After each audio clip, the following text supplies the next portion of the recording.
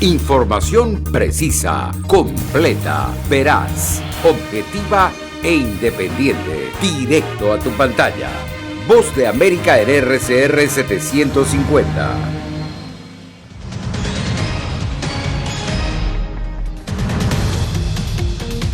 En entredicho estaría la democracia de El Salvador tras las primeras decisiones de la nueva Asamblea Legislativa. Así no se hace, responde Estados Unidos a la destitución de magistrados en El Salvador. Además, nueva tragedia involucra inmigrantes indocumentados. Trataban de ingresar por mar a Estados Unidos. Y otro año oscuro para la libertad de expresión en el continente.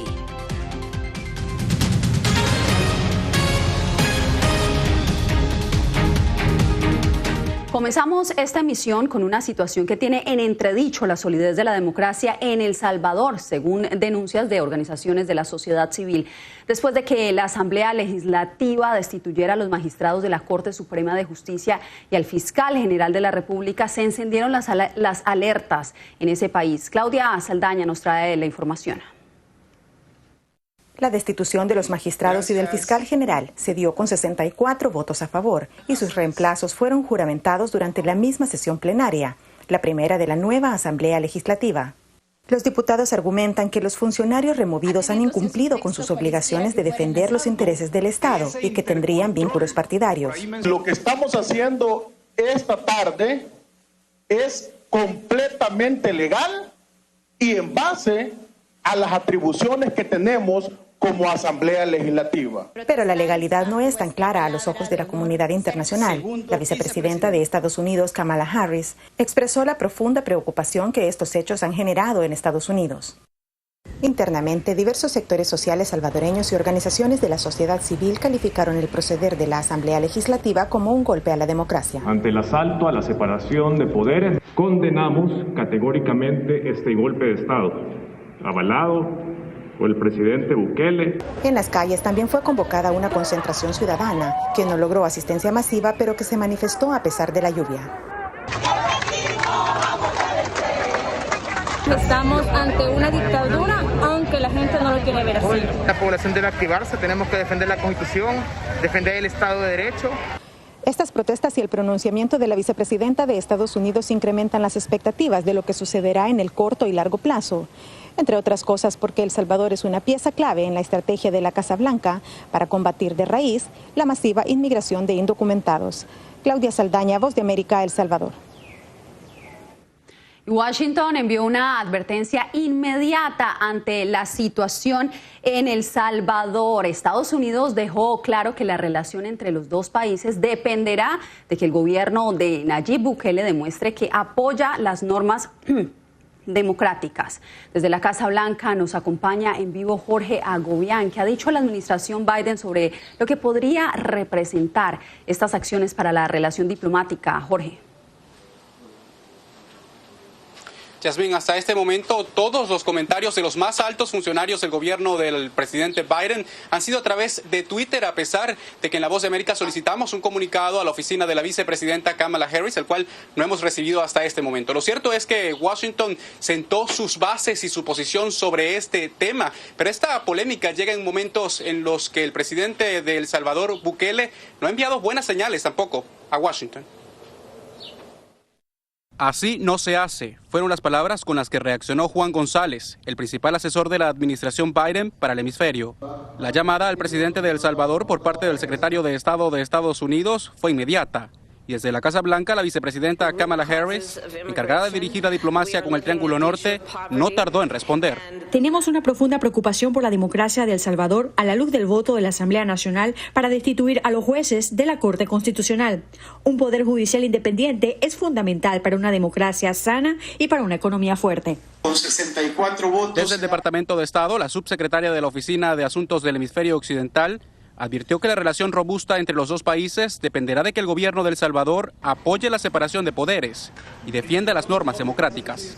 Bukele reaccionó vía Twitter a los mensajes de la comunidad internacional. Pero con todo respeto, estamos limpiando nuestra casa y eso no es de su incumbencia. El mandatario ha sido crítico de la estrategia de la administración Biden para abordar las causas de la migración irregular desde el Triángulo Norte. Y así respondía Juan González a esa posición el pasado jueves, antes de la destitución de los magistrados. Y buscaremos áreas de trabajar con el presidente Bukele y obviamente debatir. Sin embargo, tras los acontecimientos de las últimas horas, el funcionario abiertamente apoyó un mensaje del representante diplomático del opositor venezolano Juan Guaidó, que escribió en Twitter, y citamos, "No hay dictaduras buenas o malas, hay dictadura".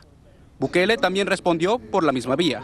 Si ustedes quieren llegar al poder para dejar al fiscal de Maduro y a la corte de Maduro, mejor díganle al pueblo la verdad. Díganles que apoyarlos a ustedes es igual que apoyar a Maduro. Y por otro lado, también tenemos que comentar información que nace de aquí de la Casa Blanca. El presidente Biden anunció hace tan solo minutos que aumentó el cupo para recibir a refugiados durante este año fiscal a 62.500. Esto tras el techo que había anteriormente de 15.000 durante la administración del expresidente Donald Trump. Lo que también escribió Biden en un comunicado que también compartió la Casa Blanca, y lo vamos a citar, es: "La triste verdad es que no alcanzaremos las 62.500 admisiones", achacándolo a lo que considera es el desmantelamiento del sistema migratorio de Estados Unidos. Para el próximo año fiscal, el gobierno de Biden planea traer a 125.000 refugiados, o al menos admitirlos. Yasmín. Continuaremos haciéndole seguimiento a esta noticia, Jorge. Muchas gracias. 4 inmigrantes perdieron la vida y 25 más resultaron heridos tras el naufragio de la embarcación que los transportaba a Estados Unidos por la costa de San Diego. Las autoridades señalaron que se trataría de un nuevo caso de tráfico humano. Verónica Villafañe nos trae el reporte. Oh my gosh. Fuertes vientos y aguas turbulentas hicieron que un barco sobrecargado de personas se volcara y se estrellara en la costa de San Diego el domingo por la mañana. 4 personas murieron y otras 25 resultaron heridas. La Guardia Costera recibió una llamada sobre un barco en problemas y gente tratando de mantenerse a flote en el agua. La alerta movilizó a 100 efectivos de emergencia de varias agencias. Esta fue una operación de rescate masivo que se convirtió en un incidente con víctimas masivas. El jefe de los salvavidas, James Gartland, dijo que lograron rescatar a 30 personas antes que el barco se despedazara. Personal médico atendió a los heridos en el lugar de los hechos. Varios fueron trasladados a hospitales en el área de San Diego.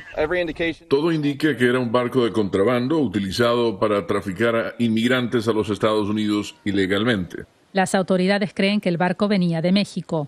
La patrulla fronteriza detuvo a algunos de los sobrevivientes que no sufrieron lesiones. Entre los sobrevivientes está el capitán del barco y presunto contrabandista, dijeron las autoridades. La patrulla fronteriza reportó que ha aumentado el contrabando marítimo de inmigrantes por el Pacífico. El jueves 29 de abril interceptó una pequeña embarcación de madera en la costa cerca del naufragio del domingo con 21 inmigrantes mexicanos a bordo. Todos fueron detenidos. Verónica Villafañe, Voz de América, Los Ángeles. Y en Texas, autoridades registran un dramático aumento de las llamadas casas de seguridad. Son los sitios en los que los llamados coyotes retienen a sus víctimas y que en muchos casos piden recompensas para liberarlos. En vivo nos acompaña Arnaldo Rojas. ¿Cuál es la situación, Arnaldo? Yasmín, la situación es preocupante. De acuerdo con los reportes del Servicio de Aduanas y Seguridad Fronteriza, durante el mes de abril ellos lograron desmantelar más de 5 veces el número de casas con las que habían intervenido justo el mes anterior. En esta residencia de Houston, a más de 450 kilómetros de la frontera entre Estados Unidos y México, autoridades descubrieron el viernes 97 inmigrantes indocumentados, algunos hambrientos, retenidos en contra de su voluntad. No hay niños adentro. El más joven probablemente tiene poco más de 20 años y en este momento creo que tenemos aproximadamente 5 mujeres y el resto son hombres. Varios de los rescatados dieron positivo a COVID-19 y todos fueron llevados a hospitales locales para revisiones médicas. En el interior de la casa, las autoridades detuvieron a 5 presuntos traficantes de personas, a quienes ya entablaron cargos criminales. Nunca vimos nada sospechoso. En abril, el Servicio de Aduanas y Seguridad Fronteriza reportó el desmantelamiento de 28 casas de seguridad solo en la franja fronteriza entre Estados Unidos y México, un aumento de más del 500% en comparación con el mes anterior. De acuerdo con las autoridades, gran parte de las víctimas son retenidas hasta que logren pagar un rescate. Es muy lucrativo, es extremadamente problemático porque están victimizando a las personas que buscan una vida mejor. A mediados de abril, unos 200 inmigrantes fueron rescatados en 8 casas de seguridad en un periodo de 24 horas en Laredo, Texas. Allí mismo, más de 3.800 personas han sido rescatadas en lo que va de 2021. En el caso más reciente, aquí en Houston, los traficantes, una salvadoreña, 2 hondureños y 2 mexicanos, pudieran enfrentar hasta 10 años de cárcel de ser convictos. Yasmin. Gracias, Arnaldo.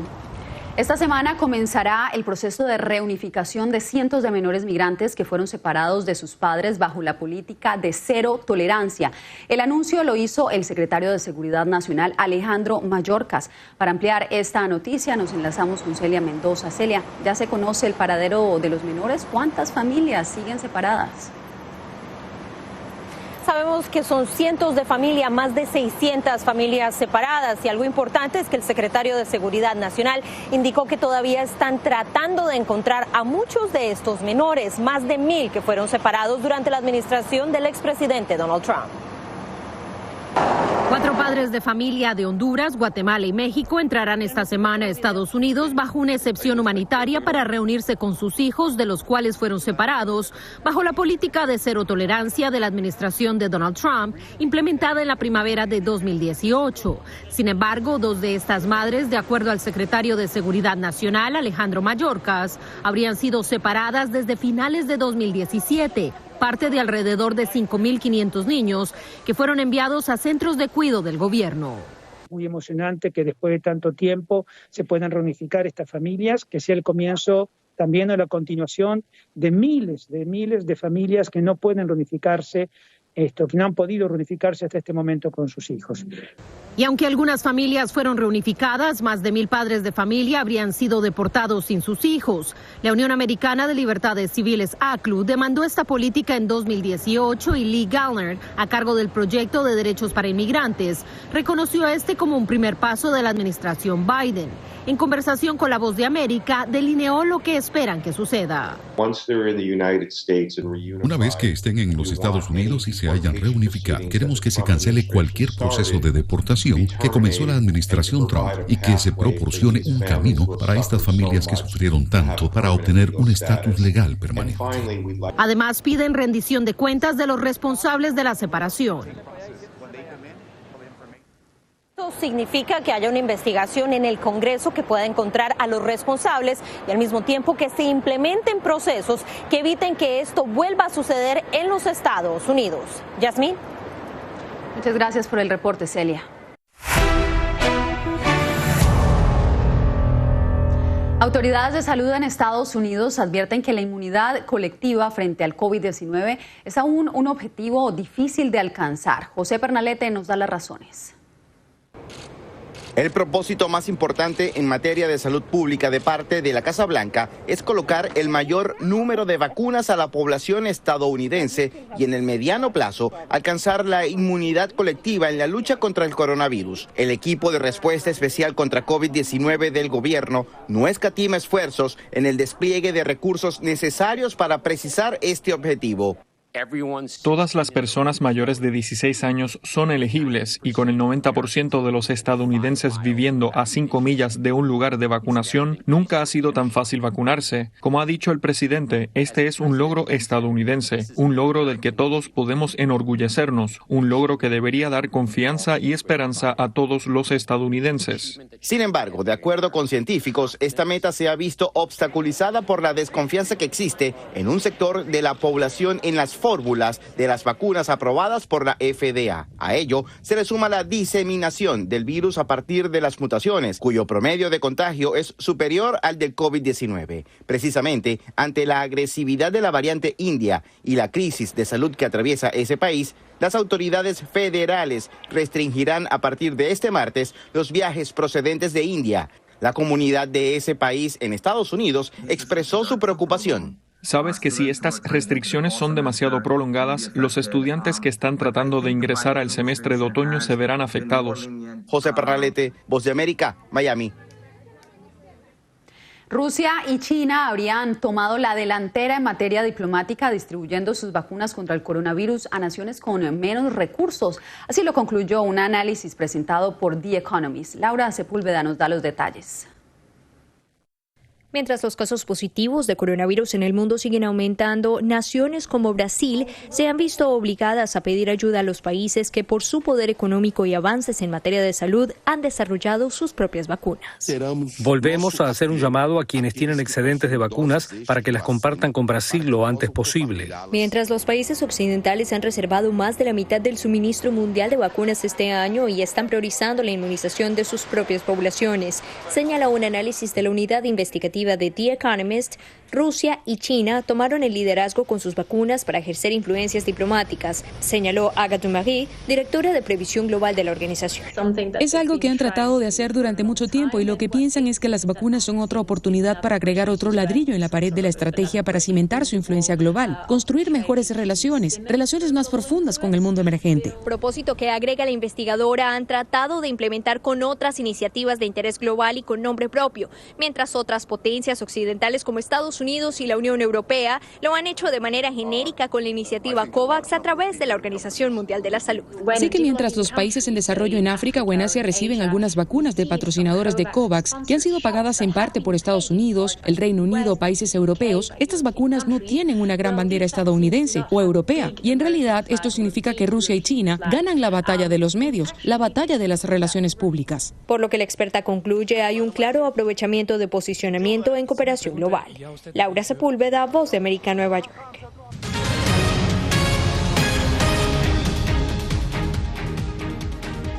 En el Día Mundial de la Libertad de Prensa, Estados Unidos se unió a la conmemoración, destacando que la libertad de expresión es un elemento primordial en las democracias sólidas. El presidente Joe Biden envió un mensaje de apoyo a los comunicadores que ponen en riesgo sus vidas por revelar información veraz e independiente a pesar de los ataques y amenazas de los que son objeto. El presidente lamentó que desde el 2020 el riesgo de informar, particularmente entre mujeres y periodistas de color, ha marcado un récord de encarcelados en todo el mundo. El panorama global en el Día Mundial de la Libertad de Prensa continúa en deterioro. Nicaragua sigue siendo un caso emblemático en el continente, pero sus periodistas se niegan a ser silenciados por la mordaza de las autoridades. Donaldo Hernández nos trae la historia. Son oficiales de la policía de Nicaragua. Por ahora se mantienen frente a la radio comunitaria La Costeñísima. Kalua Salazar, directora de prensa de la estación, denuncia su presencia como hostigamiento contra ella y su familia. Un asedio terrible, una intimidación hacia mis hijas que yo considero ese es mi mayor temor. La situación de Kalua la enfrentan decenas de periodistas independientes, según el especialista en temas de libertad de prensa Guillermo Medrano, quien denunció que la intimidación es una política del Estado de Nicaragua. Lo que ha querido el gobierno no solamente es silenciar a la prensa independiente, sino que el objetivo final, que ha sido totalmente fallido, es tratar de clausurar a la prensa independiente. En medio de la celebración este lunes del Día Mundial de la Libertad de Prensa y amparados por su compromiso de la búsqueda de la verdad, el periodista Albano Navarro confía en que el gremio podrá vencer esas barreras. El gran desafío es poder seguir haciendo nuestro trabajo, venciendo todas las trabas, el bloqueo que te puede imponer la dictadura que tenemos. Las respuestas oficiales a estas denuncias son diferentes.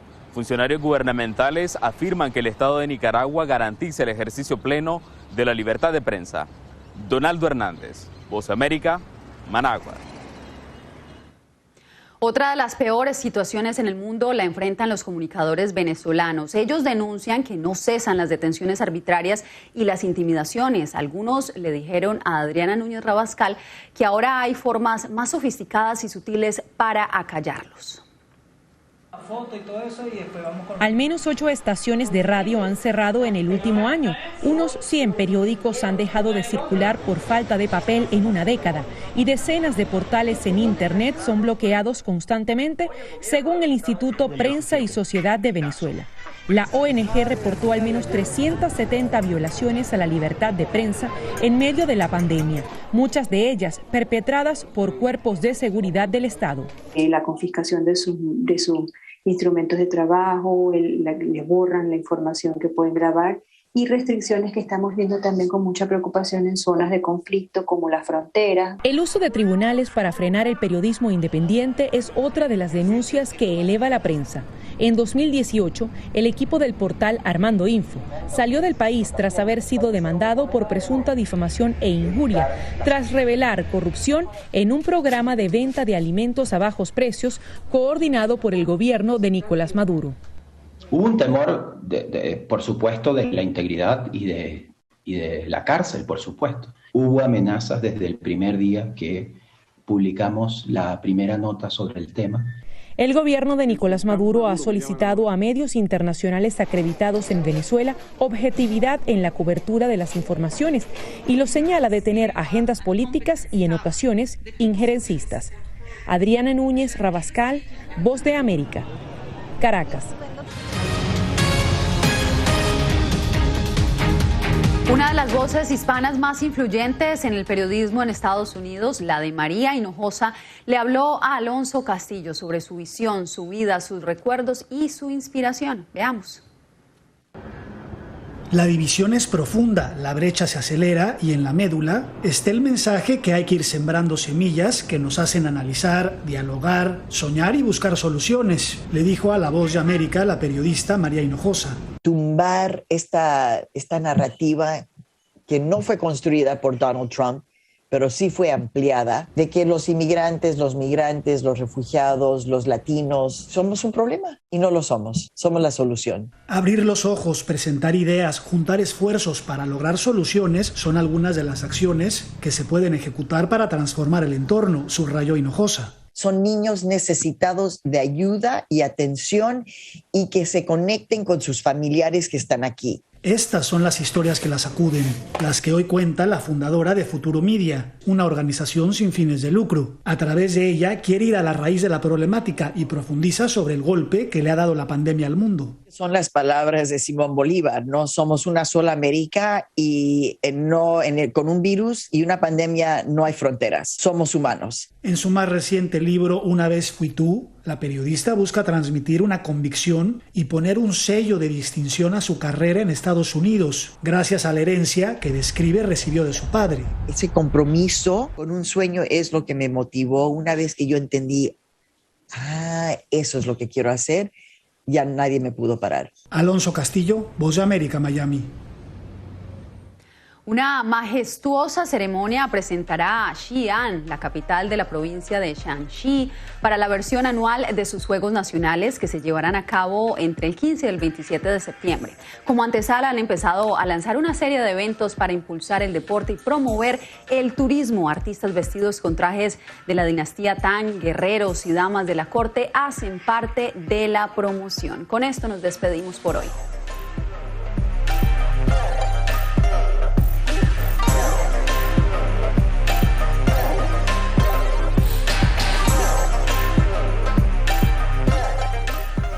Radio Caracas Radio presentó Voz de América.